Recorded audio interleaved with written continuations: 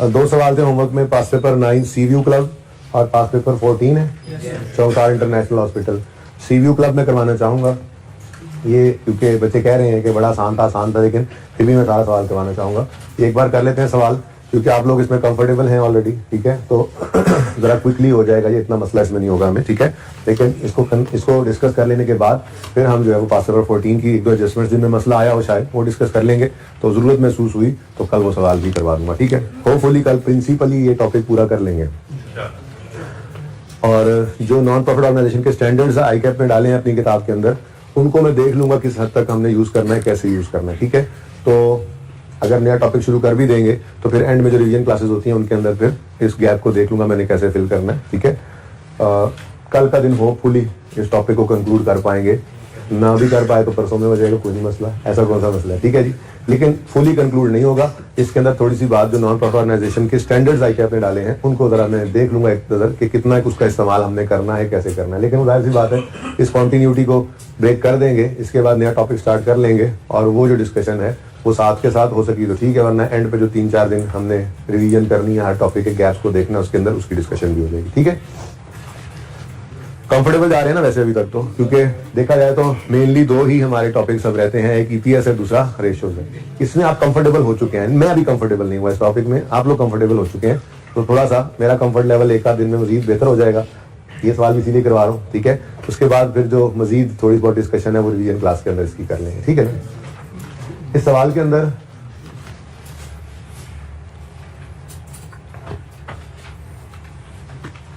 बेहतरी हमें भी ठीक है। अच्छा जी, अब इस सवाल के अंदर बेसिकली एक तो ये चीज थी कि स्टार्ट कर रहा है सीव्यू क्लब अपने ऑपरेशन इसी साल में, ठीक है जी, यानी कि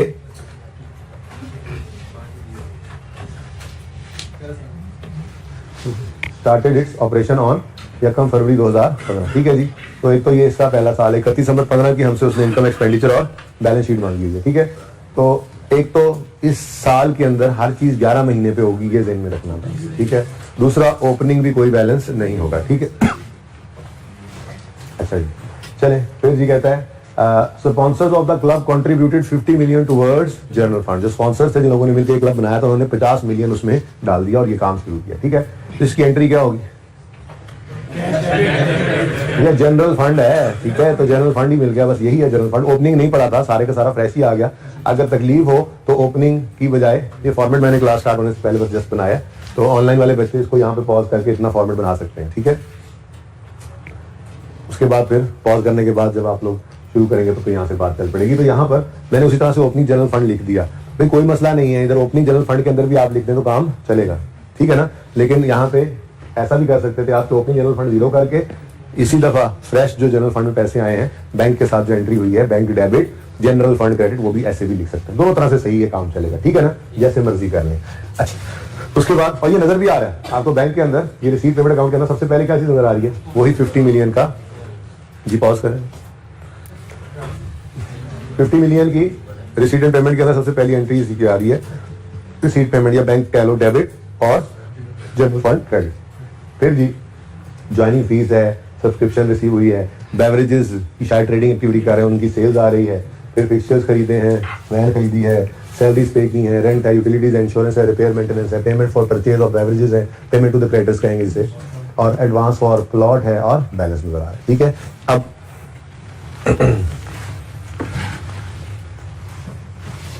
ये किसी और लाइट में मसला आ रहा है? अच्छा जी, अब सवाल के अंदर कोई ओपनिंग तो होना नहीं था, क्लोजिंग भी उसने निकाल के नहीं दिए, हमें क्लोजिंग भी खुद निकालने पड़ने। अब इसका तरीकाकार फिर ये होना था सवाल का, बाकी तरतीब तो हमने वही रखी, लेकिन ओपनिंग क्लोजिंग इस तरह से अवेलेबल नहीं है कि हर एक का ओपनिंग क्लोजिंग जो है वो अवेलेबल हो, हम फटाफट लेजर बना ले। अब उसका तरीका फिर ये है कि एक दफा जाहिर सवाल 2 दफा पढ़ के आप फिर फॉर्मेट बनाना शुरू करते हैं, तो 2 दफा सवाल पढ़ते पढ़ते ही हम एक काम कर सकते थे जो आपको कर लेना चाहिए, जिससे आपको आसानी हो जाती कि जो भी आपको पॉइंट नजर आए, ठीक है, जो नीचे रेफर हो रहा हो वो पॉइंट नंबर पर्चे के ऊपर ही उसके साथ लिखिए। जैसे स्पॉन्सर्स कंट्रीब्यूशन तो नजर आ रहा था टॉप पर ही, उसके साथ तो कोई पॉइंट नहीं है। एडिशनल इन्फॉर्मेशन में सबसे पहला पॉइंट ज्वाइनिंग फीस का है और सब्सक्रिप्शन इनकम का, ठीक है ना। तो हम अगर पॉइंट 1 लिखना चाहें तो वो ज्वाइनिंग फीस के साथ लिख सकते हैं और सब्सक्रिप्शन के साथ, यानी जब हम रिसीट पेमेंट से आज सवाल इनफैक्ट शुरू करेंगे। तो जैसे रिसीट पेमेंट के अंदर ज्वाइनिंग फी और सब्सक्रिप्शन आएगी, हम पॉइंट 1 भी साथ पढ़ के, तो सब्सक्रिप्शन का अगर लेजर बनता हुआ तो वो बना लेंगे, ज्वाइनिंग फी का लेजर बनता हुआ अगर बनता हुआ तो वो बना लेंगे। तो समझ आ रही थोड़ी सी, ठीक है। उसके बाद जनाब सेल ऑफ बेवरेजेस है, और पॉइंट 2 पॉइंट 3 ये दोनों पॉइंट्स रिलेट करते हैं बेवरेजेस के साथ, ठीक है। तो जब भी हमने ये फिगर उठानी है तो पॉइंट 2 और पॉइंट 3 हमने इसके साथ पढ़ लेना है, ताकि साथ साथ ये एंट्रीज आज रास्ते से चलना पड़ेगा, मजबूरी है, ओपनिंग क्लोजिंग गिवन नहीं है। तो पॉइंट पढ़ के इस तरफ आना उससे ज्यादा बेहतर है कि तरतीब से चल जाता है रिसीट पेमेंट की। साथ ही हमने सवाल पढ़ते पढ़ते ये पॉइंट्स लिख लिए, ये मैं आप लिख रहा हूं जो आप पर्चे के ऊपर लिखेंगे, ठीक है ना। ये मैं बाद में लिख रहा हूं भाई, सवाल का हिस्सा नहीं है प्लीज, ठीक है। तो ये पॉइंट्स आपने लिख लेने और तरतीब फिर होगी, रिसीट पेमेंट से चलेंगे और साथ साथ ये पॉइंट्स पढ़ते चले जाएंगे।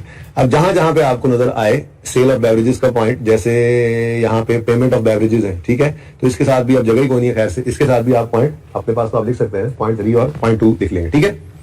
उसके बाद पॉइंट 4 जो है वो सैलरीज के साथ रिलेट कर रहा है, पॉइंट 5 रेंट के साथ रिलेट कर रहा है। तो सैलरीज के ऊपर जब आएंगे इस तरफ तो कौन सा पॉइंट है जी, पॉइंट 4,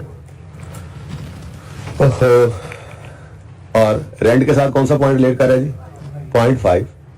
नेक्स्ट यूटिलिटीज के साथ आप बताते जाओ जल्दी से, 7 है, 6 किसके साथ, 6 है presently club is operating on rental term over plot of land, वो एडवांस और प्लॉट के साथ शायद ये रिलेट कर रहा है, कौन सा पॉइंट, पॉइंट नंबर 6।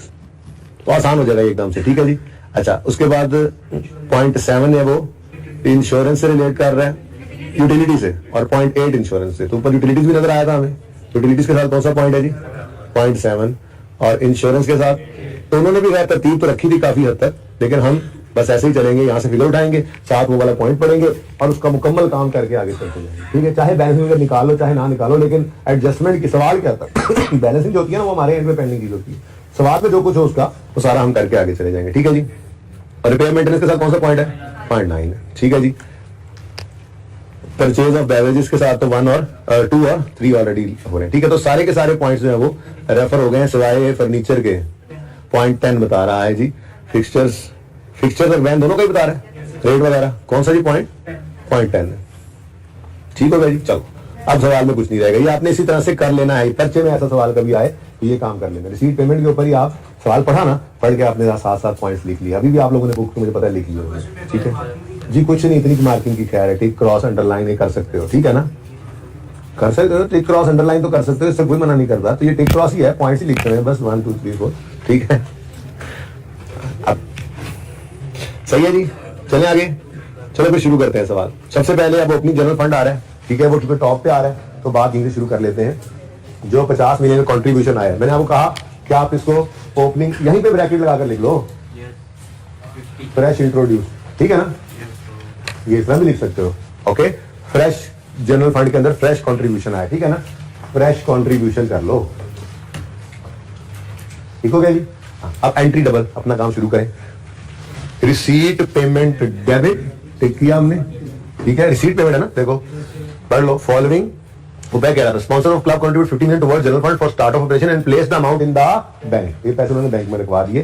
फिर following is the receipt and payment summary for the period from 1 February to 31 December 15, ये फिर 11 महीनों की रिसीट पेमेंट की समरी आ। रिसीट पेमेंट मतलब कैश भी और बैंक भी है, आज बना हुआ है तो हम इसको नहीं बनाएंगे, हम ना कैश का लेजर बनाएंगे ना बैंक का, रिसीट पेमेंट इकट्ठा ही बना हुआ है, ठीक है, आसानी हो गई। तो सबसे पहले क्या आ गया जी, ओपनिंग कोई नहीं है, देख लो ओपनिंग नील है।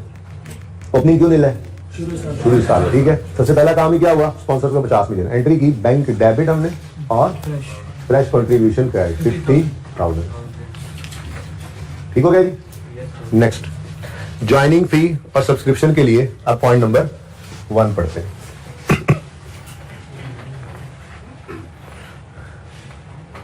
चल पॉइंट 1 वो कहता है joining fee for award of membership is 50,000।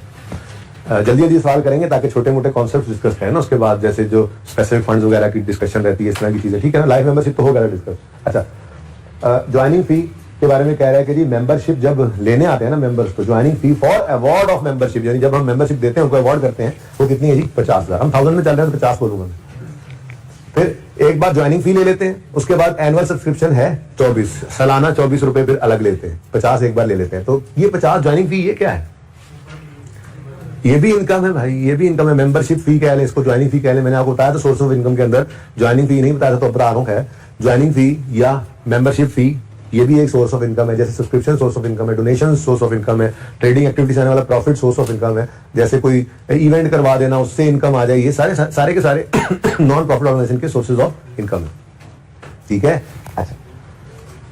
All new members पे 3 ईयर। अच्छा सर, इससे तो पहले जरा सब्सक्रिप्शन को बाद में देखते हैं, पहले ज्वाइनिंग फी की बात कर रहे हैं। ज्वाइनिंग फी क्या है? जैसे रिसीव की वैसे इनकम बन गई।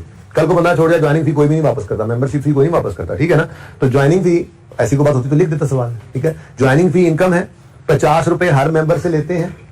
अब देखना ये पड़ेगा, एनुअल सब्सक्रिप्शन को बाद में देते हैं, यहां से लेकर यहां तक। ये आगे देखो मेंबर्स कितने हैं। The memberships were awarded as follows. March में 112 नंबर ऑफ मेंबर्स हमारे 112 मेंबर्स आए हमारे पास। जून में 98 आए, सितंबर में क्वार्टरली आ रहे हैं, चलो कोई नहीं, ठीक है। और दिसंबर के अंदर यानी दिसंबर वाले क्वार्टर में 105 आ गए, ठीक है ना। लेकिन ये मंथली बेसिस पे है, मार्च में आए, जून में आए, सितंबर में आए और दिसंबर में आए। टोटल कितने हो गए? अब 416 मेंबर्स हैं, हर एक से 50-50 रुपए इन्होंने ले लेना। ज्वाइनिंग के वक्त कितना? 20,800। अब 20,800 रिसीव किया है, चेक करो 20,800 नजर भी आ रहा है। तो सिंपल, दिस इज इनकम। तो एंट्री बन गई रिसीव पेमेंट डेबिट, और कोई लेजर नहीं, डायरेक्ट यहां पर ले आया ज्वाइनिंग फी इनकम है ये, ठीक है जी। 20800, ठीक होगा जी। चलिए अब उसके बाद सब्सक्रिप्शन के ऊपर कहानी शुरू करते हैं। ज्वाइनिंग फी हो गया, अब सब्सक्रिप्शन की बात करते हैं। सब्सक्रिप्शन फ्रॉम मेंबर्स, वैसे वो कह रहे हैं 29,952 रिसीव हुई पड़ी है, रिसीट पेमेंट में कह रहा है, ठीक है। रिसीट पेमेंट मतलब कैश भी है, बैंक भी है, ये लड़ाई खत्म हो गई, ठीक है, समझ रहे हो। अब वो कहता है annual subscription is 24,000। All new members पे 3 ईयर सब्सक्रिप्शन इन एडवांस। मतलब हर एक से एनुअल 24 लेना है, ठीक है। तो सब के सब से 416 से उन्होंने जिस दिन वो आए हैं उसी दिन 3 साल की सब्सक्रिप्शन ले ली। इसका मतलब अगर मैं यूं कहूं कि ऑल मेंबर्स जो है 416 के 416 मेंबर्स जो हैं, हर एक ने 24 दिया और 3 साल का दिया, ये 3 साल की सब्सक्रिप्शन बनती है ना। 1 साल की कितनी है जी? 24 और 3 की 24 इंटू 3, ठीक है। कितना आ गया टोटल? लेकिन ये आती है, चेक करो, ये अमाउंट भी मैच कर रही है, ठीक है। तो अब सब्सक्रिप्शन इनकम का अकाउंट बनेगा, ओपनिंग उसमें कुछ भी नहीं आएगा और कैश ये आ गया। लेकिन अब अगली बात मसला है, वो मसला ये है कि इसमें बहुत सारा एडवांस बन रहा है। जैसे मार्च में आने वाले के, चलो आपने कोई 9 महीने सर्विस दे ली आपने, हैं 9-10 महीने कह लो, ठीक है। तो ये तो इनकम में डाल सकते हो, लेकिन लिए तो उससे भी 3 साल के पैसे हुए, ठीक है ना। ऐसे ही इन सब से 3-3 साल के पैसे लिए हुए, तो इन सब की बहुत सारी सब्सक्रिप्शन का पोर्शन जो है वो क्लोजिंग में एडवांस बनता है, लायबिलिटी बनती है। नॉन करंट और करंट तो बाद में अलग करेंगे, पहले ये निकाल तो लेंगे क्लोजिंग में एडवांस कितनी। अब सिचुएशन पहले देखते हैं कौन सी इजी लग रही होगी, जो इजी लग रही होगी उसी को ही कर लेंगे। पहले इनकम निकलती हुई तो इनकम पहले निकालेंगे, ऑप्शन है ना हमारे पास। देखिए सब्सक्रिप्शन का अकाउंट है यार, यहाँ पे कितने को एक्सपेंसिव है? वैसे 3-4 है ना, बस जीपी तक है, तो जगह ये भी निकल गया। अच्छा जी, सब्सक्रिप्शन इनकम का अकाउंट बना लेते हैं, इनकम अकाउंट, ठीक है। तो लिखेंगे यहां पर 0 0। फिर चेक कर लिया हमने कि रिसीट पेमेंट के अंदर 29,952 रिसीव हो चुका है, तो एंट्री करेंगे receipt payment account debit, subscription account credit 29,952। Receipt payment लिख लो, कैश एंड बैंक लिख लो, आपकी मर्जी, ठीक है। अब रिसीवेबल तो कुछ भी नहीं होना, क्यों? हर एक बंदे से हमने एडवांस में ले लिया और एडवांस भी 3 साल का ले लिया, तो इसका मतलब ये तो पक्की बात हो गई। अब 2 चीजें मिसिंग है, एक क्लोजिंग एडवांस और दूसरा सब्सक्रिप्शन इनकम। हमने वायलन फैमिली क्लब वाले सवाल के अंदर क्लोजिंग पहले निकाल लिया था और इनकम बाद में निकाल ली थी, क्योंकि वहां पे हमें क्लोजिंग आसान लग रहा था, ठीक है। वैसे दोनों ही निकल सकते थे। यहां पे अब देख लो, सब्सक्रिप्शन इनकम भी निकल सकती है और क्लोजिंग एडवांस भी निकल सकता है, लेकिन मसला पता है क्या है? मसला कुछ इस तरह से है। Joining fee for award of membership, annual subscription is the memberships were awarded as follows. का मतलब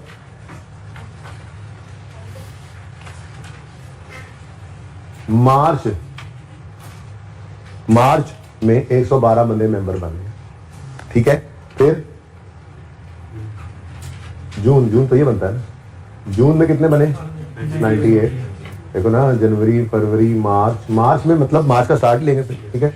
अप्रैल मई जून, तो जून का स्टार्ट लेंगे। फिर जुलाई अगस्त सितंबर अक्टूबर, खैर जो ना मैं साल पूरा करूँ तो अच्छा जी। उसके बाद भाई सितंबर में आए कितने, हर 3 महीने बाद हम मेंबरशिप ओपन करते होंगे शायद जी। और फिर दिसंबर में, तो ये पहले दिन लिख दिया। अब मसला ये है कि इसमें से कितना अरसा एडवांस है ये निकालना शायद ज़्यादा मुश्किल है। इसकी बजाय सादा बात, अगर आप इससे 112 लोगों से आपने 24 के हिसाब से लिए हैं पैसे, तो उसको छोड़ो, ये बताओ कि इनका इस 1 साल का तो 24 बनता था ना, 1 साल का 24 बनता है, और इस साल में कितने महीने इनको सर्विस दी है, 10 महीने। तो शायद इनकम निकालना आसान है। इनको 10 महीने सर्विस दी है तो 24 का 10/12, इनको 7 महीने दिए तो 24 का 7/12, इनको 4/12 24 का, इनको। तो मेरे ख्याल में इनकम निकालना कुछ ज्यादा आसान लग रहा है। तो आज कोई बात नहीं, आज हम सब्सक्रिप्शन इनकम निकाल लेते हैं। पहले 2.1 सब्सक्रिप्शन इनकम। वो जैसे कभी कभी इंटरेस्ट एक्सपेंस पहले सारा डाटा दिया था ना, लोन की प्रिंसिपल अमाउंट दे दी, लोन के आने की डेट दे दी, लोन का इंटरेस्ट रेट दे दिया, तो हम पहले इंटरेस्ट एक्सपेंस भी निकाल लिया करते थे, बजाय से क्लोजिंग निकालें। डाटा मुश्किल होता था तो अगर या क्लोजिंग नहीं निकल रहा होता। तो यहाँ पे भी ऐसा ही है, सब्सक्रिप्शन भी दे दी उसने एनुअल, फिर नंबर ऑफ मेंबर्स भी दे दिए, ज्वाइनिंग डेट भी दे दी। अब वैसे तो अप्रूवल के अंदर हमने इंट्रो में से सीखा हुआ है कि ओपनिंग पहले लिखते हैं, फिर कैश रिकॉर्ड करते हैं, फिर क्लोजिंग कैलकुलेट करते हैं और बैलेंसिंग इनकम एक्सपेंस निकाल लेते हैं, ठीक है ना। लेकिन अगर कभी सवाल में डाटा ऐसी तरह दे दे, ठीक है, इंटरेस्ट एक्सपेंस के केस में अगर मैं एग्जांपल लूं तो ऐसी तरह दे दे कि लोन की प्रिंसिपल अमाउंट, इंटरेस्ट रेट और डेट ऑफ लोन गिवन हो, तो इंटरेस्ट एक्सपेंस पहले निकाल लें। और इनकम के केस में, सब्सक्रिप्शन के केस में अगर नंबर ऑफ मेंबर्स बता दे, सब्सक्रिप्शन के अमाउंट बता दे, डेट ऑफ ज्वाइनिंग बता दे, तो हम सब्सक्रिप्शन इनकम पहले निकाल सकते हैं। तो ये रूल लिख लो अपने पास, ये लिख लो, वैसे कई काम ही आ जाए। वैसे तो इंट्रो में भी लिखवाया जाता है लेकिन वो भूल जाते हैं आप लोग, तो लिख लें। अब पहली बात जरा ध्यान में रखें, ये किस कॉन्टिन्यूटी में लिखवा रहा हूं मैं, और भाई नॉर्मल स्पीड कर लो। अच्छा, ये किस कॉन्टिन्यूटी में मैं लिखवा रहा हूं ये जरा सुन लो। ये ऑनलाइन वालों को बोला नॉर्मल स्पीड जो डबल 2.5 पे चल रहे थे उन्हें क्या समझ आनी है। कॉन्टिन्यूटी क्या है ये सुनो। पहले वो वाला नॉलेज पुराना कि जो आपको एक्रूवल यहाँ एडवाइस भी कराया था, 4 स्टेप्स ऑफ एक्रूवल लिखवाए थे। फिर हम सबसे पहले क्या करते हैं, ओपनिंग लिखते हैं, फिर हम कैश रिकॉर्ड करते हैं, और कैश रिकॉर्ड करते हुए हम अंधाधुंध कैश रिकॉर्ड करते हैं, ठीक है। फिर क्लोजिंग कैलकुलेट करते हैं और balancing figure profit and loss में चली जाती है एक्सपेंसेस के केस में या इनकम केस में, ठीक है।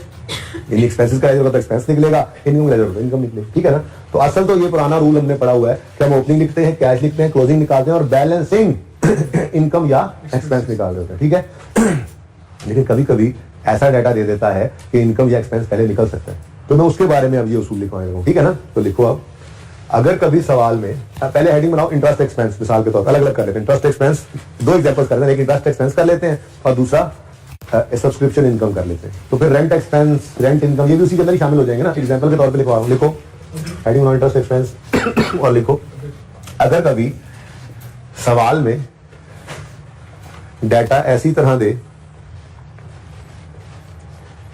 कि लोन की प्रिंसिपल अमाउंट, अगर कभी सवाल में डाटा ऐसी तरह दे दे कि लोन की प्रिंसिपल अमाउंट, इंटरेस्ट रेट और डेट ऑफ लोन गिवन हो,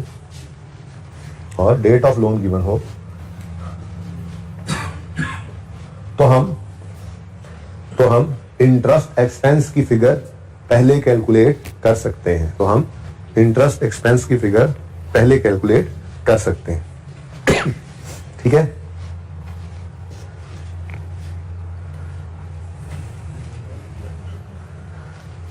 ये रूल किस लिए लिखवाया भाई, इंटरेस्ट एक्सपेंस का लेजर बना रहे हो और पुराना असूल याद क्या है एक्रूवल में कि जी ओपनिंग लिखते हैं, कैश लिखते हैं, क्लोजिंग कैलकुलेट करते हैं और बैलेंसिंग इंटरेस्ट एक्सपेंस आता है। लेकिन कभी डाटा ऐसे दे दे कि क्लोजिंग ना निकल रहा हो, बल्कि इस तरह का डाटा गिवन हो कि लोन की प्रिंसिपल अमाउंट भी गिवन हो, रेट ऑफ इंटरेस्ट भी गिवन हो और जिस दिन लोन आया वो भी गिवन हो, तो फिर पहले इंटरेस्ट एक्सपेंस निकाल लो। निकाल सकते हो ना, लोन पे इंटरेस्ट रेट लगाओ और फ्रैक्शन लगा दो। अच्छा, और अगर सवाल के अंदर रेट ऑफ लोन ना गिवन हो तो अज्यूम करते हैं साल के पहले दिन से आउटस्टैंडिंग है, ये ध्यान में रखना। अच्छा, दूसरी हेडिंग बनाओ अब, सब्सक्रिप्शन इनकम। ये तो हो गया ना एक्सपेंस का केस। अब इनकम केस के अंदर एग्जांपल सब्सक्रिप्शन की लिख लो, सब्सक्रिप्शन इनकम। इसके लिए लिखो जी, अगर कभी सवाल में ऐसी तरह डाटा दे दे, अगर कभी सवाल में ऐसी तरह data they they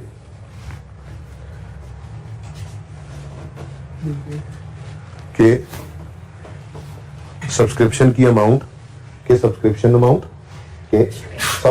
amount number of members और डेट ऑफ ज्वाइनिंग गिवन हो। अगर कभी सवाल में ऐसी तरह डाटा दे दे कि सब्सक्रिप्शन की अमाउंट, नंबर ऑफ मेंबर्स और उनकी डेट ऑफ ज्वाइनिंग दे दे। अगर कोई सवाल में ऐसी तरह डाटा दे दे कि number of members, subscription amount और डेट ऑफ ज्वाइनिंग गिवन हो तो हम सब्सक्रिप्शन इनकम की अमाउंट पहले निकाल सकते हैं। अमाउंट पहले निकाल सकते हैं। ठीक है जी, अब इसको अप्लाई करते हैं। इधर देखें, कितने मेंबर्स आए जी मार्च में? 112। तो 112 मेंबर्स ने 24 दिया। अब सब्सक्रिप्शन इनकम जो है ना, इधर देखो for the year ended 31 December 15 हम निकाल रहे हैं, ठीक है ना। तो 3 साल के एडवांस को छोड़ो, इधर देखो यहाँ पे वो सारा एडवांस ले तो लिया है। अब जब यहाँ पे हम इनकम निकाल लेंगे तो बैलेंसिंग सारे का सारा एडवांस में चला ही जाएगा, इसलिए सिर्फ फोकस करो आप 1 साल में इनकम निकालनी है, ठीक है। तो 112 बंदे किस दिन आए? मार्च वाले हैं। ये कौन से वाले हैं जी? मार्च वाले। तो फिर इनको कितने महीने सर्विस दे ली? तो इनके 24 पूरे को आप आज इनकम में नहीं डाल सकते, इसका 10/12 इनकम में जाएगा, 2240। ठीक है जी। फिर नेक्स्ट स्लॉट कब आई? जून में आ गए। अब जून वाले कितने हैं? 98। इनसे भी 24 लिया, लेकिन इनको सिर्फ 7 महीने सर्विस दी है, जून जुलाई अगस्त सितंबर अक्टूबर नवंबर दिसंबर। तो इनका पूरा 24 आप इनकम में नहीं डाल सकते, हम इनकम निकाल रहे हैं। तो इंटू 7/12 जी 1372। फिर कब आएगी मेंबर? सितंबर में कितने आए? 101। इनसे भी 24 पकड़ लिया, लेकिन सितंबर अक्टूबर नवंबर दिसंबर 4 महीने सर्विस दे के पूरा एनुअल 24 है। एनुअल है 24 सब्सक्रिप्शन 24 है, ये एनुअल गिवन है। तो पूरा 24 इस साल इनकम में नहीं डाल सकते, तो 4/12 का इनकम बना लो, 808। ठीक है। और जो लोग दिसंबर में आए वो कितने थे? 105 जो आए, इनसे भी 24 पकड़ लिया। वो तो 3 साल का पकड़ा हुआ है, लेकिन वो कैश लिखा हुआ हमने। अब इनको सिर्फ 1 महीने सर्विस दिया, तो इनकम में 210 रुपए। अब 4630 क्या है जी? सब्सक्रिप्शन। तो ये आज हमने वर्किंग 2.1 में निकाल ली 4630, ये वहां पे भी चली जाएगी। बहरहाल अब बैलेंसिंग फिगर कितनी आ रही है जी? 25322। ठीक है। अब एक मसला हो गया, वो मसला ये है कि 3 साल का एडवांस पकड़ लिया हमने। अब मैं सारे का सारा 25,322 नॉन करंट में भी नहीं लिख सकता, सारे का सारा करंट में भी नहीं लिख सकता। ये बात समझ आ रही है? क्योंकि इधर देखो ना, इन सब की 3 साल की एडवांस सब्सक्रिप्शन पकड़ लिया आपने, तो कहीं यहां पूरे होंगे जाके। तो कुछ पैसे तो इनमें से इस साल में इनकम बन जाने जो पकड़े हमने, जो इस साल के भी बाद में इनमें से इनकम बनने और उस साल के भी बाद में इनकम बनने हैं, वो तो नॉन करंट बन गए ना। बात समझे हो? अब अगेन मैच पड़ गया, ठीक है, कि करंट कितना और नॉन करंट कितना। तो बहरहाल इस 25,322 को हमने 2 टुकड़े तो करना है, ठीक है जी। इसमें कुछ करंट होगा, कुछ नॉन करंट। अब वो गवर्नमेंट ग्रांट वाला टॉपिक ज़हन के अंदर लाओ और मुझे ये बताओ कि करंट और नॉन करंट की बाइफरकेशन करनी हो तो पहले कौन सा? बोरिंग कॉस्ट में भी ऐसे ही करते थे, हम पहले करंट निकाल लेते हैं, क्योंकि करंट को संभालना देखना आसान। अगले 12 महीने देखने, अगले 12 महीने देख के उससे करंट निकाल लो, बाकी जो है सारे का सारा नॉन करंट। ठीक है, तो करंट निकाल लेते हैं जी पहले। हाँ भाई, करंट पोर्शन निकालना तो बहुत मुश्किल होगा मेरे ख्याल से। तो भाई करंट पोर्शन तो बिल्कुल ही आसान है, क्योंकि अगले साल के पहले दिन ये सब के सब मेंबर होंगे, ये सब के सब अगले साल के पहले दिन मेंबर होंगे और अगले साल के आखिरी दिन तक मेंबर होंगे। तो अगले साल तो इनकम निकालना ऐसे चुटकी का काम है। यानी ये टोटल कितने मेंबर्स अभी वहां कैलकुलेट किए थे? 416 है ना। ये 416 के 416 जो है, इनका 24 का 24 सारा ही क्या है? ये करंट पोर्शन है। कितना? 9984। अब अगर ये करंट है तो फिर टोटल में से बाकी 1533 नॉन करंट पोर्शन। ठीक है जी। आप यूं लिखोगे, ये क्या है जी? ये बैलेंसिंग निकालना है हमने। क्या निकालना है जी? बैलेंसिंग निकालना है हमने। कैसे? टोटल है 25322, इसमें से माइनस कर दो 9984 तो 1533।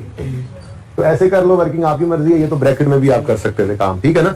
क्या आप जी बेटा? हाँ बस एक, मतलब आप ये कह रहे हैं कि यहाँ पर लिखकर हेडिंग ना बनाए नॉन करंट की? नहीं करनी चाहिए, क्योंकि IS 1 की रिक्वायरमेंट है। ठीक है, तो यहाँ पर भी हम लगाते हैं नॉन प्रोडक्ट एनालिसिस के बैलेंस शीट के ऊपर कि वो करंट नॉन करंट जहाँ पे बाइफरकेट करना हो वो कर दें। इस सवाल में तो सारी लड़ाई इसी बात की थी।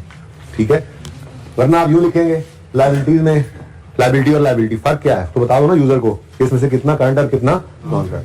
अब यहाँ पर आसानी भी क्या हो जाएगी, यहाँ पे हम लिखेंगे सब्सक्रिप्शन इन एडवांस, और इधर देखो, इधर भी क्या लिखेंगे? Subscription in advance. कोई करंट नॉन करंट लिखने की जरूरत नहीं, ऊपर हेडिंग जो पड़ी हुई है। ठीक है, अब वर्किंग 2 ही लिख दो। फिर वैसे यहाँ पे आप बच्चे में डायरेक्ट करते तो क्या करते? यहाँ पे करंट के अंदर आप ये लिख देते हैं 416 × 24, और यहाँ पे आप लिखते हैं 25,322 माइनस 9984। तो यही ब्रैकेट में भी हो सकता था ये काम। ये समझ आइए बात की, लेकिन मैंने जो कर दिया इसलिए मैं इसको वर्किंग 2 का रेफरेंस दे रहा हूँ। ठीक है, और भाई पर्चे में डायरेक्ट हो सकता था, बोलो ये वाली कैलकुलेशन यहाँ ब्रैकेट में शो कर देते, आंसर आ जाता 9984। फिर ये वाली कैलकुलेशन यहाँ ब्रैकेट में शो कर देते तो आंसर आ जाता 1533। ठीक है ना, तो कर सकते थे ऐसे 9984 15332 या 8। तो फैसला कर लो यार आप। अच्छा भाई के कंफ्यूज हो गए थे।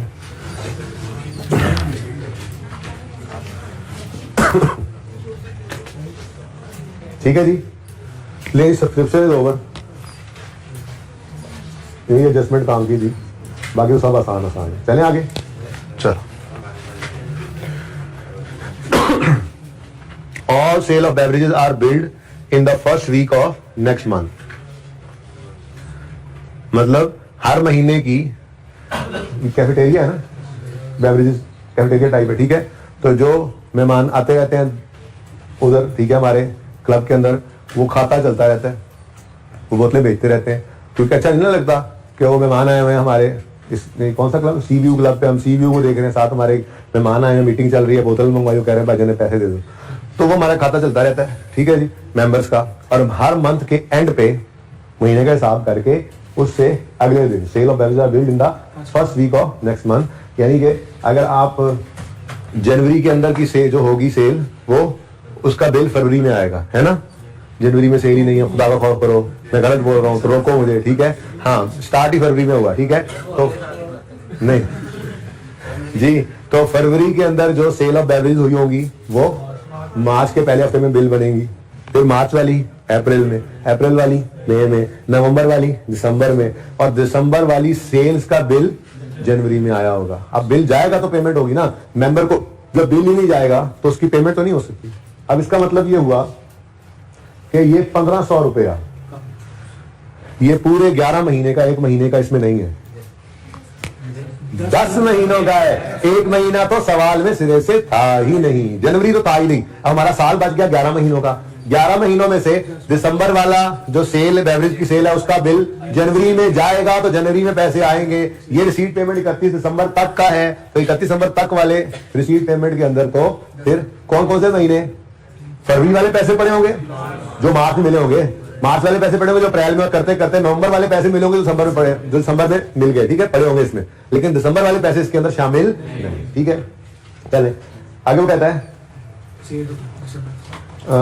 And the payment is received in the same month. हाँ, फिर जब बिल आ जाता है, पूरी बात मैंने लिखी, जब बिल आ जाता है तो फिर उसी वक्त किसी ने ऐसे तो कंफ्यूज नहीं किया कि फरवरी का बिल मार्च में जाता है, लेकिन उसने आगे लिखा और payment is received in the same month, लेकिन उसके पैसे फरवरी में ही आ जाते हैं। ऐसा तो नहीं कंफ्यूज किया भाई, नॉर्मल सोचा करो, बिल जाएगा तो पेमेंट आएगी ना, उसको क्या पता कि पहले पैसे देते हो, बाद में आप बिल भेज देते हो, ऐसा नहीं होता।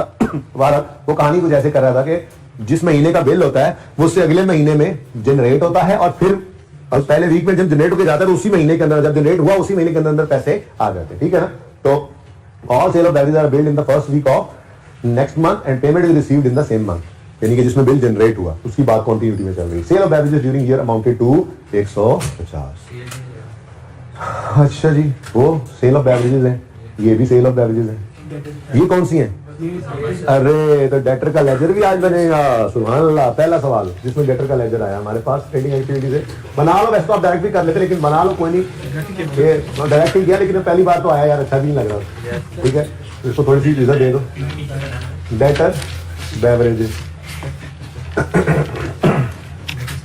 ओपनिंग बता दो बस मुझे।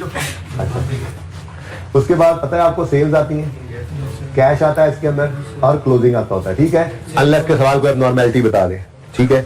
अब रिसीट एंड पेमेंट में 1500 रिसीव हुआ है, ठीक है, तो एंट्री और भाई इवनली थोड़े ये थोड़े सोचेंगे कि 1500 डिवाइड बाय 10 कर दें। सेल्स नॉर्मली सच, हाँ कोई और चीज होती है जैसे यूटिलिटी का बिल है, जैसे रेंट है, इस किस्म की चीजें तो हो सकती हैं सेम, ठीक है ना। कि आपने यूटिलिटी बिल क्या मतलब, आपने कोई जनटोली स्टाफ रखा उसकी तनख्वाहें हैं, ये भी एक बिल है, ठीक है। आपने रेंट पे प्रेमिसेस ली हुई हैं, उसका बिल है, ये तो हर मंथ सेम हो सकता है। लेकिन नॉर्मली ये सेल ऑफ बेवरेजेस ऐसी चीज नहीं है कि ये हर महीने सेम हो, अनलेस के सवाल खुद कह देता। सवाल कहता कि sales occur evenly throughout the year, तो फिर हम डिवाइड बाय 10 करके यहाँ से भी एक महीने की सेल निकाल सकते थे। शायद वैसे हुआ ऐसा ही है उसने, लेकिन बोला नहीं है उसने, तो हमने खुद से ऐसा कुछ भी सोचना। उसने हमें दिसंबर की सेल बता दी है कितनी है, और दिसंबर की सेल के पैसे हमें रिसीव नहीं हुए होंगे, तो क्लोजिंग में 150 क्या होगा? रिसीवेबल। सॉरी, मैं तो ये पढ़ाने ये लेके आ रहा था, ये रिसीट पेमेंट 1500 से डेबिट और रिसीट पेमेंट लिख लो ना, वैसे कैश भी लिख लो अपने लिए, कितना? 15, ठीक है जी। और साथ ही उसने ये बताया कि sale of beverages during 15 amounted to 150, तो वो मैंने क्लोजिंग, क्योंकि दिसंबर वाली सेल जो है उसके पैसे दिसंबर में तो आने नहीं, तो क्लोजिंग में फिर वो रिसीवेबल था, ठीक है जी। तो अब सब कुछ हो गया, बैलेंसिंग फिगर सेल में 165, ठीक है। तो ये लेजर जरा कंफर्टेबल हो गया, वरना डायरेक्ट भी हो सकता, ठीक है। अब ये सेल ले जाओ इनकम्स में, ट्रेडिंग एक्टिविटी, ठीक है जी, कितना? 1650।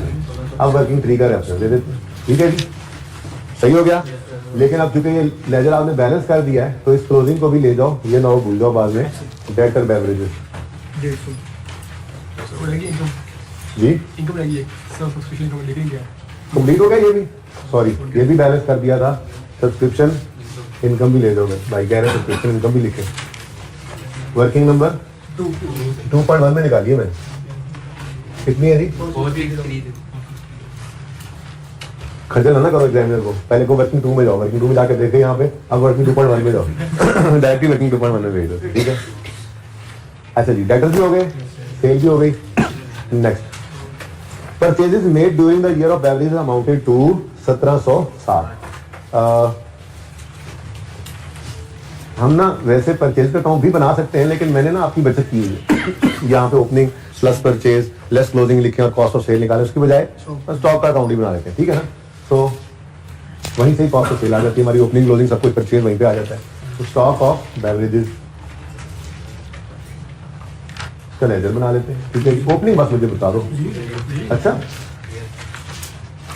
अब परचेज हो तो परचेजेस डेबिट नहीं करते, बल्कि आजकल स्टॉक अकाउंट बन रहा होता है, हम स्टॉक में डेबिट कर देते हैं, ठीक है। अब वो कह रहा है परचेजेस जो है वो 1760 की थी, और टोटल परचेजेस का कुछ जो है वो अनसोल्ड है, ये भी स्टॉक ही बताया था, ठीक है। तो परचेजेस की एंट्री कर दो, परचेजेस डेबिट, क्रेडिटर क्रेडिट,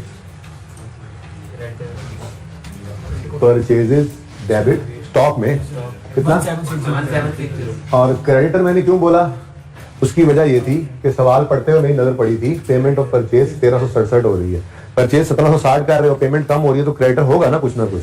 तो बहरहाल अगर किसी ने कैश लिख भी दिया तो बाद में कैश देखेगा तो इतना बन नहीं रहा होगा, तो मैं ये कह रहा हूँ वैसे भी सवाल खामोश हो तो हम क्रेडिट अज्यूम करते होते थे ना, वैसे ही चलते जाओ। तो स्टॉक डेबिट और साथ ही क्रेडिटर का अकाउंट ओपन कर लो, क्रेडिट कर लो जी। तो स्टॉक डेबिट ओपनिंग बता दो यार पहले, अच्छा सॉरी जी, स्टॉक डेबिट क्रेडिटर क्रेडिट। यहाँ पे जो परचेज लिख के काटा करते थे याद है, स्टॉक और क्रेडिटर। अब वो कह रहा है कि 25% इस परचेज का अनसोल्ड है, यानी क्लोजिंग में स्टॉक 440। मैं तो कर रहा हूँ इसको भी खत्म कर दूं। बाकी चीजें फिर नॉर्मल आ गई, तो ये 1320 कॉस्ट ऑफ सेल है, ये 1320 इधर ले जाओ। वर्किंग नंबर 4 और स्टॉक ऑफ एवरेजेस कितना जी?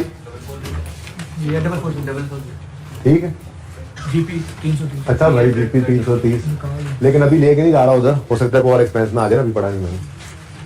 ठीक है जी, चलो। तो ये स्टॉक ऑफ वैल्यूज में कॉस्ट ऑफ सेल भी चलेगी और क्लोजिंग भी चला गया। अब क्रेडिटर की बात करते हैं, क्योंकि मैंने आपको कहा था कि जब स्टॉक ऑफ बेवरेजेस की ट्रेडिंग एक्टिविटी की बात आए तो आपने ये 1500 भी पढ़ लेना है, ठीक है। और इसके साथ मैं नंबर लिख नहीं सका था 2 और 3, इसको भी साथ ही पढ़ लेना है, तो भाई इसकी एंट्री भी कर दो ना। ये पेमेंट फॉर परचेज लिखता रहे, हमने तो हमेशा इसको पेमेंट टू द क्रेडिटर्स ही कहना है, इसमें कोई एक्सेप्शन नहीं है, ये मैंने कह दिया था आपको, ठीक है। तो creditor debit, receipt payment, credit कितने से? 1367। रिसीट पेमेंट वही कैश ही है यार जी, 1367, लेकिन रिसीट पेमेंट ही लिखो, पता नहीं कैश है बैंक है। आपको समझाने के लिए मैंने ये कैश लिख दिया यहाँ पे भी, यहाँ पे भी, ताकि आपको वो वही याद रहे क्रेडिटर की लेजर में जब कैश आता है। ठीक है जी, अब आगे तो कहानी डिफरेंट शुरू हो जानी है, तो फिर ये तो खत्म हो गया ना, क्लोजिंग निकल सकता है बैलेंस शीट कितना? 393। ठीक है जी, अब इस पूरे लेजर में से सिर्फ यही चीज हमें चाहिए, क्योंकि ये तो पहले ही हम लिख चुके थे, सवाल में गिवन था। तो करंट लायबिलिटीज में क्रेडिटर्स ऑफ बेवरेजेस आ जाएंगे 390, वर्किंग 5 में 390, ये भी डायरेक्ट हो सकता था, तो जो लगे ना इजीली के डायरेक्ट कर सकते हो कर लिया करो, टाइम बचा लिया करो। मैं तो जरा एलेबोरेट कर करके चीजें बता रहा हूँ आपको, ठीक है जी। हाँ भाई डन, हमारा डेबिट साइड सारी हमारी ओवर हो गई है और क्रेडिट में भी हमने 1367 को देख लिया, ठीक है जी। अब आगे बढ़ते हैं, इधर 70 से शुरू हो जाते हैं जी। फर्नीचर एंड फिक्सचर है और वैन है, ये दोनों खरीदे, क्या ख्याल है? खरीदे है ना? तो फर्नीचर है, फिक्सचर का अकाउंट है और वैन का अकाउंट। मैं तो कहता हूँ बुक वैल्यू पे बना देते हैं, वक्त और एफर्ट बच जाएगी। कैश फ्लो के अंदर तो जहां मुमकिन हो हम अलग अलग ही रखते हैं इनको, याद है ना डेप्शन निकालने के लिए बैलेंस निकलती थी अलग, लेकिन यहाँ पे खैर अगर आसान हो तो बुक वैल्यू पे बनाओ, क्योंकि हमसे उसने कौन सा ये लेजर बनवाया अलग अलग, और वैसे भी आपको पता है बैलेंस शीट में तो बुक वैल्यू नहीं आना होता है, ठीक है। ओपनिंग बस मुझे टेंशन है, नहीं पता, अच्छा ओपनिंग की कोई टेंशन नहीं है आज, ठीक है। एडिशंस हुए हैं 2 other, furniture debit receipt payment credit और van debit receipt payment credit, तो 1200 और 1500, 1200 रिसीट पेमेंट एडिशन और 1500 ये भी रिसीट पेमेंट, ये भी क्या है? एडिशन। ठीक हो गया जी। अब इनके साथ पॉइंट नंबर 10 को पढ़ना है, चलो। पॉइंट 10 में कहता है furniture fixtures and van were purchase on यकम फरवरी 15। अगर ना भी कहता तो हम यही अज्यूम करते, साल का पहला दिन तो अज्यूम नहीं ना कर सकते थे, साल के पहले दिन तो हम थे ही नहीं, बार वो कह रहा है यकम फरवरी को ही हमने परचेज किया इनको, और डेप्रिसिएशन इन दोनों पर चार्ज करनी है 10% और 20%। तो फर्नीचर की डेप्रीसिएशन एक्सपेंस है जी फर्नीचर का जी, 1200 का फर्नीचर खरीदा, 10% 11/12 110 से डेप्रीसिएशन एक्सपेंस डेबिट और फर्नीचर 110 से क्रेडिट, ठीक है। 1500 ये डेप्रीसिएशन एक्सपेंस है वैन का, 1500 इंटू 10% इंटू 20% इंटू 11/12 275 से डेप्रीसिएशन एक्सपेंस डेबिट और वैन क्रेडिट। चलो जल्दी से क्लोजिंग निकाल लो।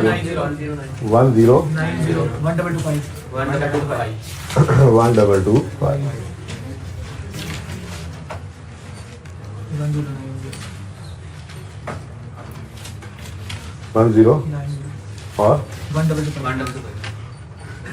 6 और 7।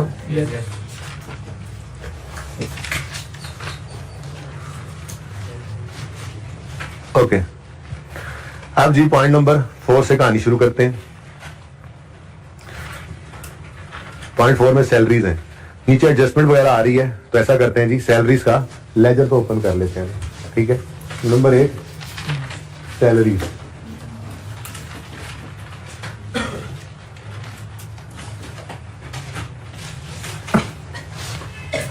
और चलो पढ़ लेते हैं जरा साथ ही।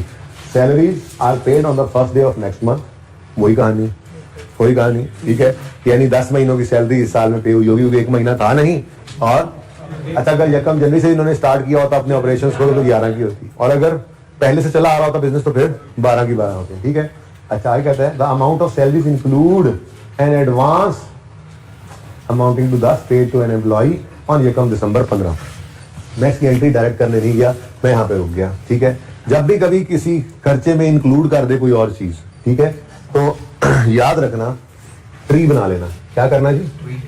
ग्राफ बना लेना, 2 शाखें लगा लेना, एक उल्लू बिठा लेना, एंट्री अलग कर लेना। ये काम बहुत एक्सटेंसिवली किया करते थे कैश फ्लो के अंदर, उसमें सिंगल एंट्री के टॉपिक में, लेकिन अब वो तो रहा नहीं, वो तो मादी का किस्सा हो गया, ठीक है। पहली बार ये एडजस्टमेंट आई तो इसको मैं ऐसे ही आपको करवाना चाह रहा हूँ, ठीक है। जैसे उसने कह दिया सैलरीज इंक्लूड, तो सैलरीज को लिख लो, टोटल कितनी है ऊपर? 1000। इंक्लूड कह दिया ना उसने, आगे से 1000 को पकड़ लो और ट्री बनाओ, 2 शाखें लगाओ, ठीक है। अब उसमें कह रहा है कुछ तो है वो एडवांस है। अब देखें, एडवांस एसेट होता है, एक्सपेंस नहीं है। क्या मतलब? वो कह रहा है जी कि 1000 में इंक्लूड है एडवांस, ये सॉरी हाँ 10 का एडवांस इंक्लूड है, ठीक है, जो कि एम्प्लॉय को 1 दिसंबर को दिया है, और वो एडवांस वापस करेगा एम्प्लॉय 1 फरवरी को। अच्छा, अब वो 1 फरवरी को पैसे वापस करे या हमें इसके अगेंस्ट सर्विसेज दे दे, इन एनी केस ये रिसीवेबल है। Receivable in form of cash हो या receivable in the form of services हो, है ये रिसीवेबल, है ये एसेट। इसको अगर हम छोड़ दें और पूरा 1000 सैलरीज एक्सपेंस में डेबिट कर दें तो ये 10 भी उसके अंदर एक्सपेंस आउट हो जाएगा। इसलिए इस एडवांस की अलग एंट्री करो। एडवांस जो है वो 10 रुपए का है ना जी, ठीक है। तो 10 के एडवांस की एंट्री करोगे आप, advance to staff, advance to employ, staff ही कह दो, ये एसेट होता है, करंट एसेट होता है, ठीक है ना, क्योंकि इसके अगेंस्ट फ्यूचर में ये right to receive services in future है, या right to receive cash in future भी हो सकता है। अगर एम्प्लॉय ने कहा मुझे पैसे देते मैं वापस पैसे कर दूंगा, पैसे आ जाएंगे फ्यूचर में। या एम्प्लॉय कहते मुझे अगले 2 महीनों की तनख्वाह एडवांस में दे दो, तो 2 महीने वो सर्विसेज देता रहेगा। इन एनी केस ये एसेट है। तो advance to staff debit, receipt payment credit 10 रुपए से, ठीक है। और रिमेनिंग क्या है फिर? सैलरीज है, ठीक है जी। वो सैलरीज कितनी है? ये 990 कैसे निकला भाई? बैलेंसिंग निकाल लिया आपने, 1000 में से 10 गया। अब ये सैलरीज की एंट्री क्या है जी? ये सैलरीज एक्सपेंस डेबिट और रिसीट पेमेंट क्रेडिट, ठीक है। अब ये जो 990 है ना, ये इकट्ठा हुआ पड़ा ऑलरेडी और 10, यानी कि 1000 की एंट्री यहाँ पर हुई पड़ी है। ये बेसिकली ऐसे एंट्री हुई पड़ी है ना, 990 हमने अलग कर लिया और 10 अलग कर लिया, ठीक है। पहले 10 लिखा है, 10 और फिर 990। अब ये दोनों एंट्रीज हमने अलग अलग करनी है और यहाँ से इसको टिक कर लेना है। तो आपने बुक के ऊपर ऐसे 1000 को 2 शाखें लगा के ना 10 और 200 990 में कर लेना, ऐसे थोड़ी करने बैठ जाना है खर्चे में। आसान काम कर ले, 2 इससे कर ले। अब दोनों की अलग अलग एंट्री करनी है। सबसे पहले एडवांस टू स्टाफ या एम्प्लॉय, जो भी लिखना हो, एडवांस टू स्टाफ, इधर देखो 10 डेबिट, सब देखो इधर 10 debit, advance to staff debit current assets में, और रिसीट पेमेंट क्रेडिट, ठीक हो गया। बाकी बात क्या? 990 की एंट्री सैलरीज एक्सपेंस डेबिट और रिसीट पेमेंट का अकाउंट क्रेडिट, ठीक हो गया, सही है। ओपनिंग में तो ना कोई एडवांस है। अच्छा, एडवांस छोड़ो, मैंने वैसे ही अलग कर दिया, ठीक है। सोल्यूशन में शायद ना इसी लेजर के अंदर ही सैलरीज में वो डेबिट एसेट साइड पर छोड़ो, उसको अलग कर दिया हमने, ये ज्यादा अच्छा तरीका है। ओपनिंग 0। अब सैलरी वो कह रहा है हर महीने, खत्म सैलरी की एडजस्टमेंट इधर से। अब यहाँ पे सिर्फ उसने ये कहा था कि salaries are paid on the first day of next month. जनवरी की तो होनी नहीं थी, फरवरी वाली मार्च में, मार्च वाली अप्रैल में, अप्रैल वाली मई में, नवंबर वाली दिसंबर में, दिसंबर वाली, तो इसका मतलब अभी वो रिसीव सॉरी पे नहीं हुई, तो क्लोजिंग में एक सैलरी में पेएबल आना, ठीक है जी। अब जो 990 है ये कितने महीनों की है? 10 की कैसे पता लगा? कैसे कैसे कैसे? पहला साल है तो जनवरी तो था नहीं, फरवरी से काम शुरू हुआ और हर महीने के अगले महीने में रिसीव पे करते हैं सैलरी। तो दिसंबर वाली पे हुई नहीं, तो फिर 1 महीना वैसे निकल गया था, 1 महीना अभी पे नहीं हुआ, तो फिर ये 990 जो रिसीव पेमेंट नजर आ रहा है ये 10 माह की सैलरी है, 1 माह की 99 बनती है जो पेएबल है, ठीक है जी। सैलरीज एक्सपेंस कितना बन गया जो बैलेंसिंग आएगा? 1089। अब सवाल ने ऐसी कोई बात नहीं की कि इसमें से कुछ हिस्सा ट्रेडिंग में और कुछ उधर है, तो सारे का सारा ले जाओ इनकम एक्सपेंडिचर के अंदर। तो 1089 सैलरीज एक्सपेंस, वर्किंग नंबर बता दो। 8 वर्किंग 1089, ठीक है जी। और क्लोजिंग में सैलरीज पेएबल 99 नजर आए। ठीक हो गया जी, डन। नेक्स्ट, उसके बाद है जी रेंट। रेंट कितना नजर आ रहा है जी रिसीट पेमेंट में? 3600 का। वो कहता है rent for 3 years was paid in. चलो जी, रेंट का लेजर तो बनाए थे। रेंट एक्सपेंस, ओपनिंग में कुछ भी नहीं था, प्रीपेड ना पेएबल। अब जो 3600 नजर आ रहा है पहले उसकी एंट्री करवाओ। एक्सपेंस है, expense debit cash credit, cash या बैंक क्रेडिट रिसीट पेमेंट है 3600। अब वो कह रहा है जनाब कि हमने अगले 3 साल का, ये पे किस दिन किया है? यकम फरवरी को, और अगले 3 साल का किराया एडवांस पे पे कर दिया। अब ये यहाँ यकम फरवरी पे पे कर रहे हैं। 3600 का मतलब नहीं, हम 36 महीनों का कर लो, 12 या 36 कर लो, पर मंथ कितना है?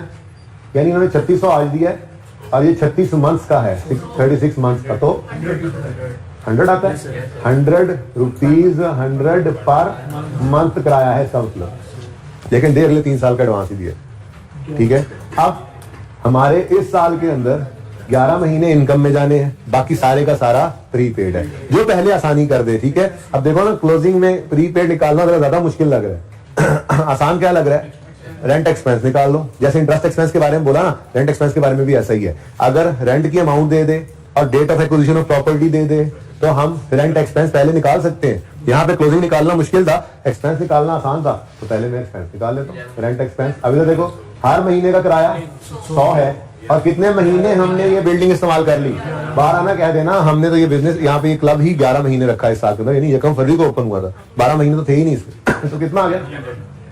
अब बाकी ये 2500 क्लोजिंग में प्रीपेड है, लेकिन इसमें फिर वही लाल वाला मसला है, इसमें से कुछ करंट है, कुछ नॉन करंट। अगेन करंट निकालना है तो आसान है, पहले वो निकाल दिया करो, फिर बकाया balancing non current.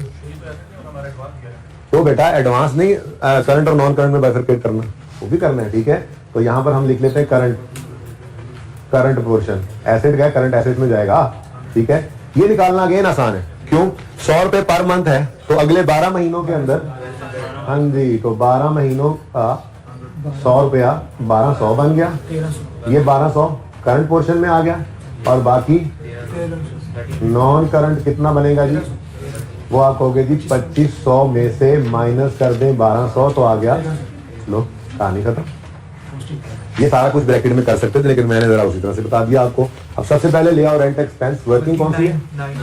Rent expense वहीं पे ही निकाला हुआ है 1100, वो जो ब्रैकेट में काम किया है यहाँ पे कर सकते हैं।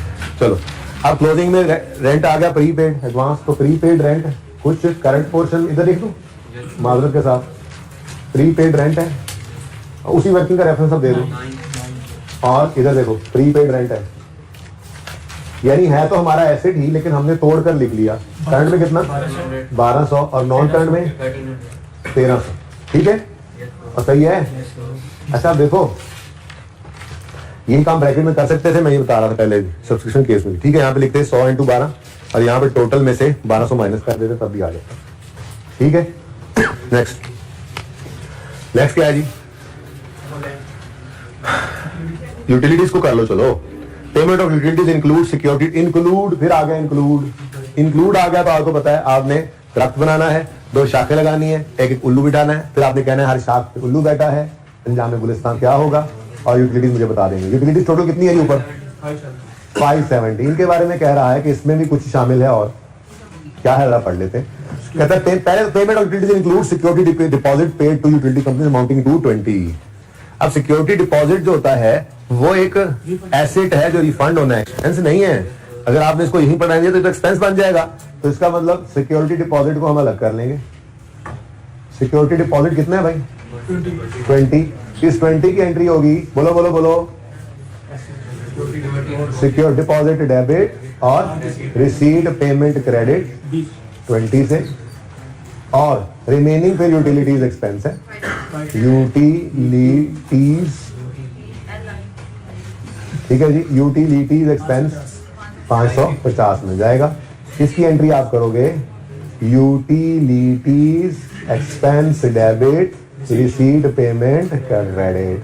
अब ये जो है ना, ये क्रेडिट हुआ पड़ा ऑलरेडी, लेकिन आप रिसीट पेमेंट पे अगेन 2 शाखें लगा लेंगे वहीं पर ही फिगर को और टिक कर लेंगे, ठीक है ना।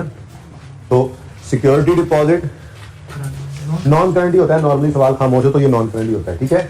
1225 ये खुले खुले तुझे लिखे हो, ठीक है, चक्कर की लड़ाई तो तभी वैन वर्किंग 7। अच्छा जी, सिक्योरिटी डिपॉजिट सवाल खामोश हो, नॉर्मली लॉन्ग टर्म ही होता है। आपने वावडा से मीटर लगवा दिया, जब मीटर वापस करोगे तो पैसे मिलेंगे, नॉर्मली लॉन्ग टर्म होता है ये सिक्योरिटी डिपॉजिट।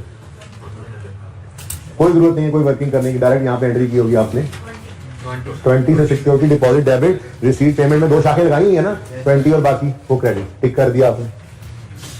और ऐसे यार यूटिलिटीज में उन्होंने कहा जी इस 570 में 20 भी है और 550 भी है, तो 20 की एंट्री अब आप कर रहे हैं ना, security deposit debit receipt payment credit. ये बाकी 550 की एंट्री मेंटेनेंस के अकाउंट में कर दो, नंबर 10 मेंटेनेंस और यूटिलिटीज के अकाउंट। वो भूल गए ना, वो भूल गए, उन्होंने बिजली के बिल वाले अकाउंट में ही मीटर के लिए डिपॉजिट जमा करवाया था वो भी डाल दिया हुआ, ऐसे ही भूल गए होंगे, आपने सही कर दिया, कोई मसला नहीं जी।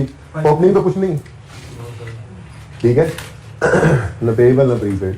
अच्छा, अब जो 500 कितना 50 है, उसकी एंट्री बनी यूटिलिटीज एक्सपेंस डेबिट और रिसीट पेमेंट क्रेडिट, ठीक हो गया। ये तो कहानियां यहाँ तक तो खत्म हो गई।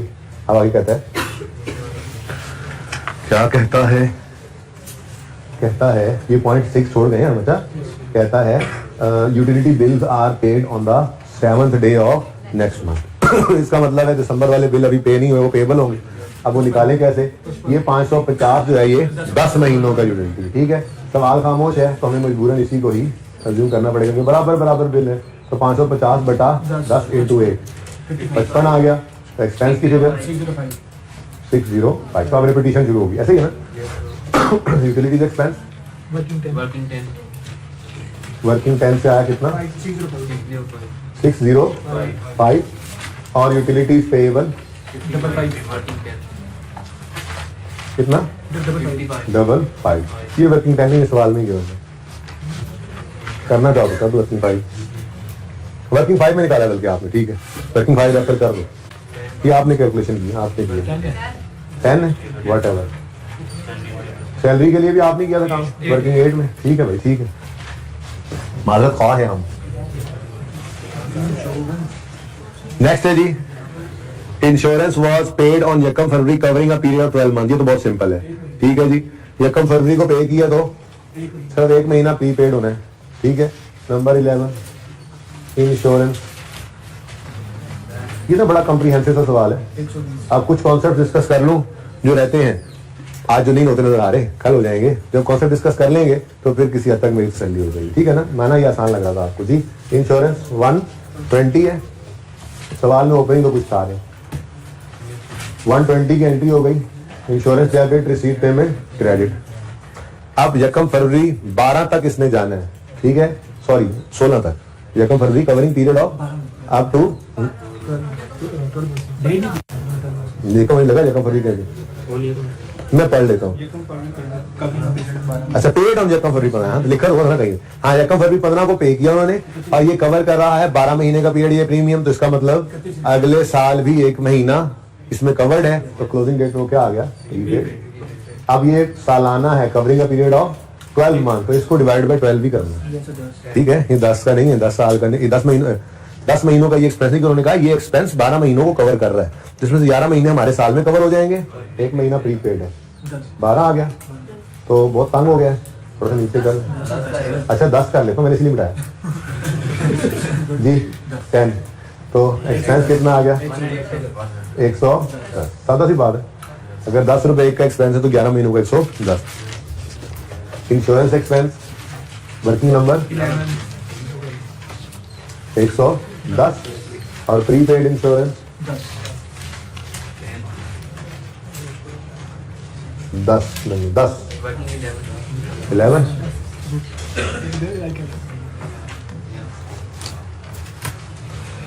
लेंथी है क्वेश्चन बस। अच्छा जी, अब रिपेयर रह गया, इंक्लूड वाला ही होना है मुझे लग रहा है इसमें भी। चलो रिपेयर को पढ़ा दो, 0.10 तो हुआ पड़ा है, बस फिर सिर्फ 0.6 रह जाएगा। हाँ जी, रिपेयर एंड मेंटेनेंस इंक्लूड, अरे इंक्लूड ने बड़ा तंग किया हुआ है, ये इंक्लूड आ जाए ना तो आपका क्या काम, बोलो बोलो बोलो ना। शाख नहीं बनानी, दरख्त बनाना है, उस पर तो शाखें लगानी है। रिपेयर एंड मेंटेनेंस कितना है भाई? रिपेयर मेंटेनेंस है कितना? 270, उल्लू ही बन गए। इस 275 में कोई गड़बड़ है तो ये दरख्त लगाएं, 2 शाखें लगाएं कि उल्लू बिठाएं, क्या कहता है? Repair and maintenance include advance of 100 paid to contractor for construction of a parking shed. ये अब हमने एडवांस दे दिया कॉन्ट्रैक्टर को, ये हमारा एसेट है। रिपेयर मेंटेनेंस एक्सपेंस है ना, जाने दो इसको, ये एसेट है, ठीक है। तो एडवांस टू कॉन्ट्रैक्टर कितना है? 100 का। अब इसकी एंट्री क्या होनी चाहिए? इसकी एंट्री होनी चाहिए advance to contractor, current asset में आएगा डेबिट, रिसीट पेमेंट क्रेडिट 100 से। हाँ, बाकी आप ले जाओ रिपेयर एंड मेंटेनेंस में, इसकी एंट्री आप कर लो। ये बैलेंसिंग इस चार पे बैलेंसिंग उल्लू बिठाना है, ठीक है। 175, इस 175 होगी repair and maintenance expense debit, receipt payment credit. काफी दफा ये काम हो गया, पक्का हो गया। ये बेसिकली ना इस इंक्लूड वाली एडजस्टमेंट के लिए मेरा दिल था ये सवाल लाजमी हो, ठीक है, क्योंकि अब ये कहीं पे भी हो जाए। बाकी बस है क्या बेटा, बाकी हम कर लेंगे। Advance to contractor debit, total बस आपने कर लेना। एडवांस टू कॉन्ट्रैक्टर डेबिट कितने से? 100 से। वो शीट पेमेंट के अंदर 2 शाखें आप बना लेना, ठीक है। और 175 जो है वो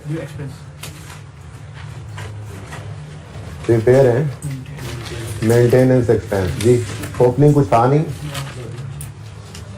रिसीट पेमेंट आ गया जी, रिसीट पेमेंट से आगे 175, repair maintenance expense debit, receipt payment credit 175, ठीक हो गया।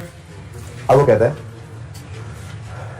Repair bills amounting to 7 were outstanding at the year end, closing date पर 7 रुपए का पेबल है। तो फिर रिपेयर एक्सपेंस कितना बना? 182 एक्सपेंसेस में ले जाओ। Repair and maintenance expense working number 12 कितना? 182।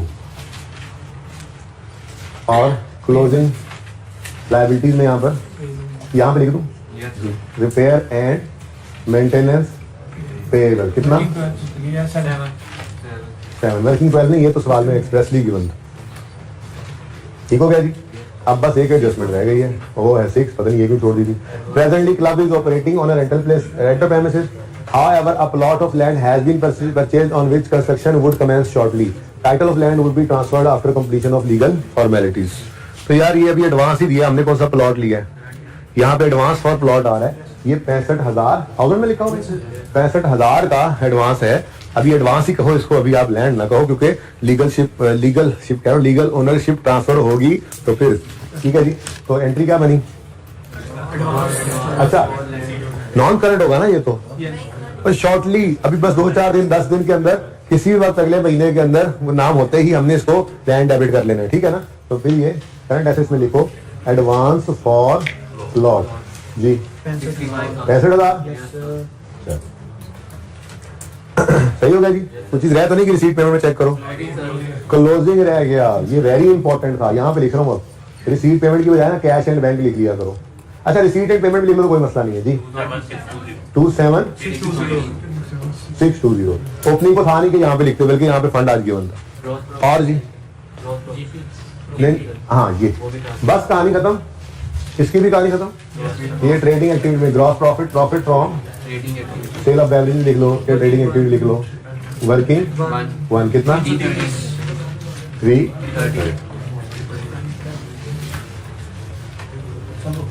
कुछ रह तो नहीं गया, सारा रिसीट पेमेंट टिक हो गया, सारे एडजस्टमेंट टिक हो गए। हमने तो इस दफा साथ लेजर्स को भी बैलेंस ही कर दिया, साथ ही करते चले गए। ये भी एक अप्रोच हो सकती है अगर सवाल इतना आसान ही हो, ठीक है। कुछ चीज रह तो नहीं गई। अच्छा आप देखो प्लीज ये कर लेना, सरप्लस या डेफिसिट निकलेगा, सुन लो, इधर लिख लेना, क्लोजिंग आ जाएगा, इनका टोटल इधर आ जाएगा, इनका टोटल इधर आ जाएगा, सवाल कंप्लीट कर लेना, ठीक है।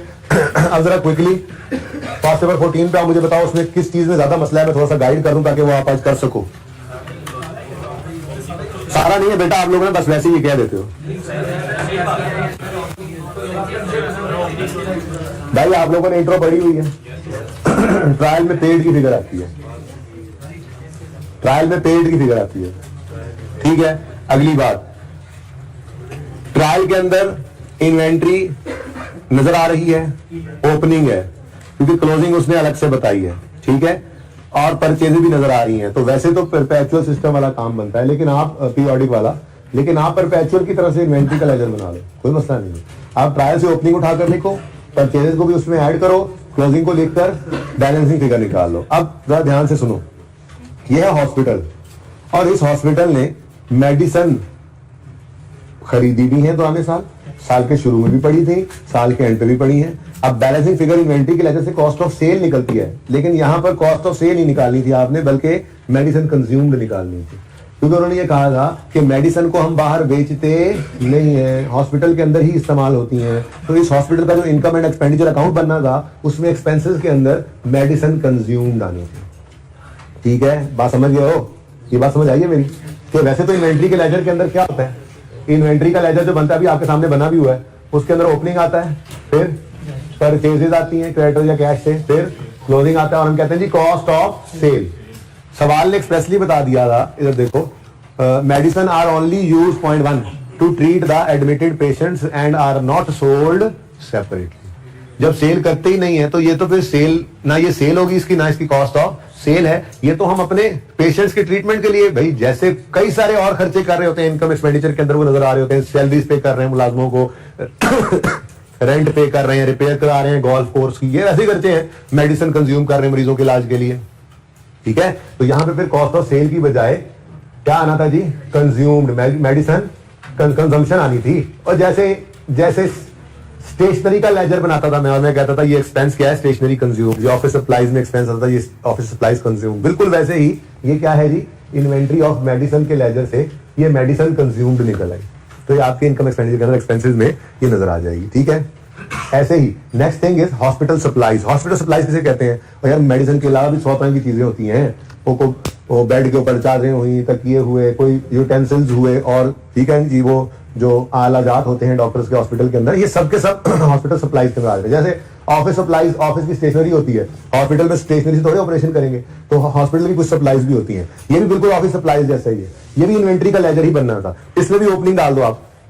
उन्होंने बनाना था, नहीं बनाना था, मैंने कहा आप बना दो, आसानी हो जाएगी, ठीक है। आदत पड़ी हुई ना, इनकम स्टेटमेंट में करते आ रहे हो, तो ओपनिंग लिखो, परचेज ट्रायल में गिवन है पेड की फिगर, तो परचेज की फिगर लिखो, क्लोजिंग गिवन है पॉइंट 1 में, क्लोजिंग लिखो, बैलेंसिंग फिगर आएगी। कॉस्ट ऑफ सेल नहीं कहना, इसको हॉस्पिटल सप्लाईज कंज्यूम्ड कह देना। ये दो मेन बातें थी सबसे बड़ी। उसके बाद वो कहता है ये रेंट में कैफेटेरिया चला रहे हैं लोग, अब ये ट्रेडिंग एक्टिविटी है इनकी, ठीक है। यहां से भी जो पैसे आएंगे जाहिर है वो अपने अस्पताल के लिए यूज करते हैं, घर लेके नहीं जाते, बताया हुआ आपको।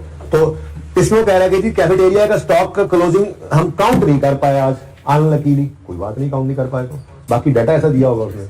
ओपनिंग गिवन है, कैंटीन के स्टॉक का ओपनिंग गिवन है, कैंटीन के स्टॉक, कैंटीन की सप्लाईज परचेजेस ट्रायल के अंदर गिवन है, उठा लोगे। क्लोजिंग नहीं ना गिवन, कॉस्ट ऑफ सेल का डाटा गिवन है, या कहीं से सेल निकल आनी थी। ये बिल्कुल वैसे ही चलना है काम, आप ना वैसे ही बस कह देते हो, ये कह देना आसान है, बस ये आसान नहीं है मुश्किल है। ट्राई अच्छी तरीके ट्राई करें, ऐसे ही करनी है। हाँ जी, मेडिसिन एक्सपायर होना ये एक नॉर्मल लॉस है, अब नॉर्मल लॉस नहीं है, आग नहीं लगी, एक्सपायरी वक्त के साथ हो जाती है। नॉर्मल लॉस की एंट्री वैसे हम परपेचुअल सिस्टम में, ये पीरियोडिक सिस्टम में नहीं किया करते थे, ठीक है, लेकिन चूंकि मैंने इन्वेंट्री का लेजर बनवा दिया है तो उसकी एंट्री भी कर दो, क्लोजिंग को एडजस्ट भी कर दो। अब इसमें और आप बुक वाले सोल्यूशन में थोड़ा सा फर्क आएगा। बुक वाले सोल्यूशन में सिर्फ क्लोजिंग को कम करके सारे का सारा कॉस्ट ऑफ सेल जैसे होती थी कंज्यूम को चार्ज कर दिया, कोई मसला नहीं है, वो भी ठीक है, क्योंकि उसमें कंजम्पशन कोई चार्ज होना था, लेकिन आप एंट्री कर दो अलग और फिर क्लोजिंग से भी निकाल दो, तो आपकी कंज्यूम की थोड़ी कम हो जाएगी, लेकिन साथ साथ एक लॉस भी आ जाएगा। वो दोनों आप इनकम एक्सपेंडिचर अकाउंट के एक्सपेंस में शो कर दो, नो इशू, दोनों तरह से सही है। आप एंट्री करो और क्लोजिंग को भी एडजस्ट करो, ये दोनों अलग अलग दिखा दो, चाहे सिर्फ क्लोजिंग को कम कर दो एक्सपायर्ड इन्वेंट्री से। कल मैं कराऊंगा सवाल, लेकिन मैं चाह रहा हूं ऐसे तो नहीं ना कि आप कह रहे जस्ट आप कह रहे बस नहीं होना मुश्किल है, बस ये क्या बात है, ठीक है। तो दोनों तरह से कर सकते हो भाई, आप जिन्होंने ट्राई किया उनको ये जवाब मिल रहे हैं। अच्छा आगे ये निकाल लो कि भाई आप इंशाल्लाह सेल ऑफ कैफेटेरिया निकल आएगी, सेल से कॉस्ट ऑफ सेल निकलेगी, सेल कहीं से निकलेगी, पता नहीं कहां से निकलेगी, मुझे नहीं पता, निकलेगी, ठीक है, शायद ये हो सवाल के अंदर ट्रायल में। तो सेल की फिगर सेम, इतना बता दूं, सेल की figure same cost of sale निकलेगी और कॉस्ट ऑफ सेल को लेकर आओगे स्टॉक के लेजर में तो क्लोजिंग स्टॉक निकलेगा कैंटीन का। ये मैं तरतीब बता रहा हूं आपको, ऐसे होना है, करके तो देखो कम से कम। उसके बाद ये पॉइंट जो है ना, ये मैं बताऊंगा कल के क्यों मैं कह रहा हूं ये बात, इसको आपने इग्नोर करना था सवाल के अंदर। इग्नोर कैसे करना है, ये क्या हुआ किधर गया इसको छोड़े, ये जस्ट इग्नोर करना है, इसको समझाऊंगा कल, अभी टाइम नहीं है, ठीक है ना, इसको जस्ट इग्नोर करना है, वजह बताऊंगा ऐसे नहीं, लेकिन फिलहाल जस्ट इग्नोर करना है। आगे जी वॉक ऑन डायबिटीज डे, ये वही है जो इवेंट है, सब्सक्रिप्शन नहीं, वो जो इवेंट करवाते थे, जो हमने मैच करवाया था पहले दिन, इन्होंने वॉक ऑन डायबिटीज डे करवा दी। एक तरफ इनकम, दूसरी तरफ एक्सपेंसेस, एक तरफ इस इनकम, दूसरी तरफ एक्सपेंसेस, नेट करके इनकम या एक्सपेंस, ठीक है, इसको भी देख लेना। मेडिकल इक्विपमेंट है और डेप्रिसिएशन है। अब ट्राई करना इसको, देखो एक अगला सवाल पड़ा हुआ है, ये सवाल मैंने बिल्कुल एंड पे होमवर्क में देना है, क्योंकि सारा का नॉलेज होने के बाद ये वाला सवाल हो सकता है, इसलिए इसको भी देखना भी नहीं आपने मना, ठीक है ना। तो कल आप ये ट्राई करके आओगे अच्छी तरह से, और कोई सवाल बचा नहीं है किसी काम का, ठीक है, ये सवाल ट्राई करके आओगे और मैं आपको थोड़ा सा इस पर डिस्कशन करके जरूरत महसूस जितनी करूंगा, उसके बाद में आपके बाकी सारे कॉन्सेप्ट्स कंप्लीट करके मॉडर्ना वाला सवाल आपको दे दूंगा होमवर्क में। वो फिर 2 दिन लगे रहो, 3 दिन लगे रहो, करना जब होगा तो कर लेंगे, मैं वीडियो कोई शेयर कर दूंगी, मेरा मसला है, ठीक है ना, लेकिन ये सवाल बाद में करेंगे। तो कल आपने ये ट्रायल वाला सवाल लाजमी करके आना है चौंगताल इंटरनेशनल, ठीक है। सिलेबस भाई करेक्शन ऑफ एरर आपका नहीं है, आपका IAS 23 होगा, उसके बाद IAS 1 होगा, IAS 8 होगा, IAS 7 होगा, इनकम एंड एक्सपेंडिचर होगा, ठीक है जी, ये आपका सिलेबस होगा। जिंदगी रही तो कल मुलाकात होगी, अल्लाह हाफ़िज़।